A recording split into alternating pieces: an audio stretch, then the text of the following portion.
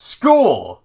Sucks and I'm bad at it. Not only am I too lazy, but also not motivated. With the education system slowly crumbling before our feet, only one hero can save us from failure. Only one man can teach us all the curriculum. And it is the one, the only, Bruce Austin.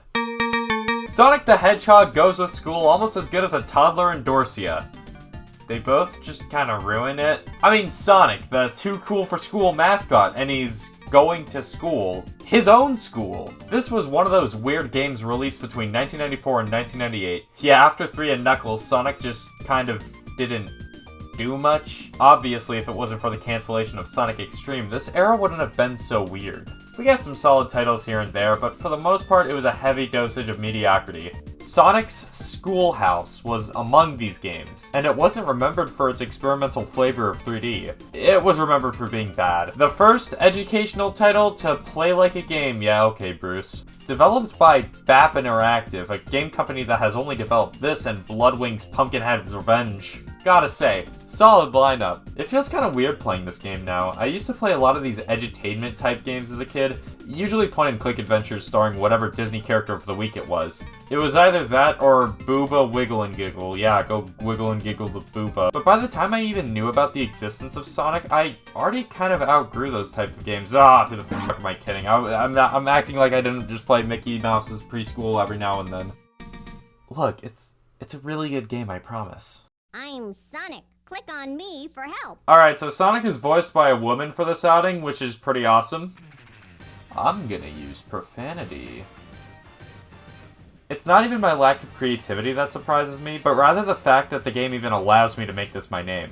We then have this opportunity to choose the animal friend we will be playing as, each one just as terrifying as the last one. So glad we have such familiar faces like Kangaroo, Vector, Porky?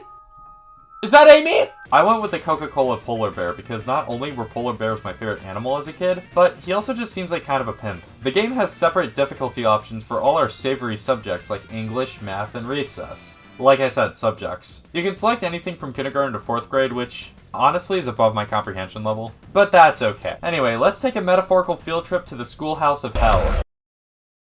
So I guess this is what it meant when it said the game feels like an actual game. It's one of your classic first-person games, like Doom. Did you know that this game was the main inspiration for the hit indie game Five Nights at Freddy's 4? Alright, so really clunky controls aside, let's begin with spelling. Just enter them. So, I'm pretty sure there's supposed to be music playing, but I didn't hear any, so my whole experience was just twice as dreadful. The music isn't even half bad. I mean, it's no Crush 40, but for what it is, solid. So we begin our journey into spelling. You like Wordle? Then you're gonna hate this. I chose the 4th grade level for this adventure, and I don't think I was joking about this being beyond my comprehension. There are 5 letters in any given word with 2 of them filled out already, and your job is to pick up these letters and bring them to the respective chalkboard. Except if you get 3 letters wrong, then you lose. Some of these letters are so broad and can be used for any word you could think of. Watch out for Dr. Robotnik because he is apparently here. I think he's supposed to snatch your letters from you, but I can't tell. He's really terrifying if I'm being fully honest. What the fuck are these walls? Why are they flashing their colors so quickly? Like, I feel like I'm gonna have a seizure looking at this. Huh. Some things never change. So then we... penis. So then we give up and leave the room because we could only spell one word. So we do math next. And then we enter the math room and then Gerald Robotnik gets fucking shot to death or something. What? This one's better than spelling because there's only one obvious answer compared to the infinite amount of potential answers spelling could have had. This game is really making me nauseous. Like 20 minutes in and I already have a headache. There's also reading, which describes a picture for you, and then you have to find the respective picture. Each of these problems you get right, you get the opportunity to progress through a door and do some more problems. Going through enough will grant you an item, like a key, a school bus, or a Sonic. These allow you to access field trips. Yeah, they weren't working properly for me, but the idea is that you learn through animals through the main glass panel. Quality logic.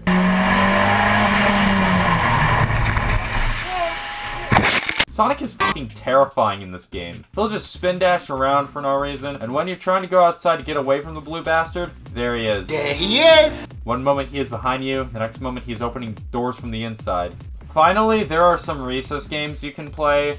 Here's one where you collect 5 rings while avoiding Robotnik and a couple of Badniks. You can pretty much complete this one in 7 seconds. Finally, and probably my favorite one, is this memory matching game.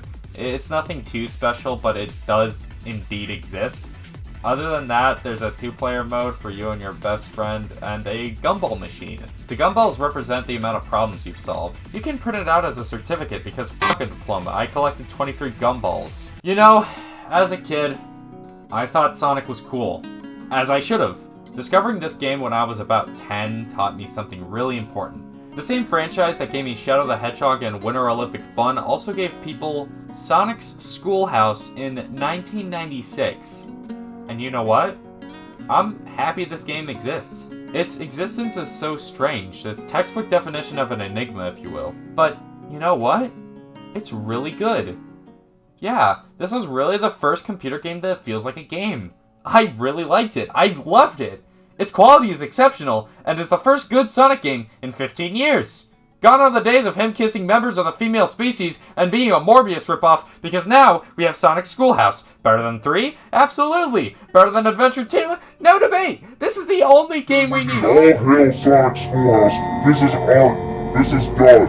This is the only thing we need for the rest of our lives. I'm sick of all this quadrilateral hypotenuse by the trigonometry hypotenuse.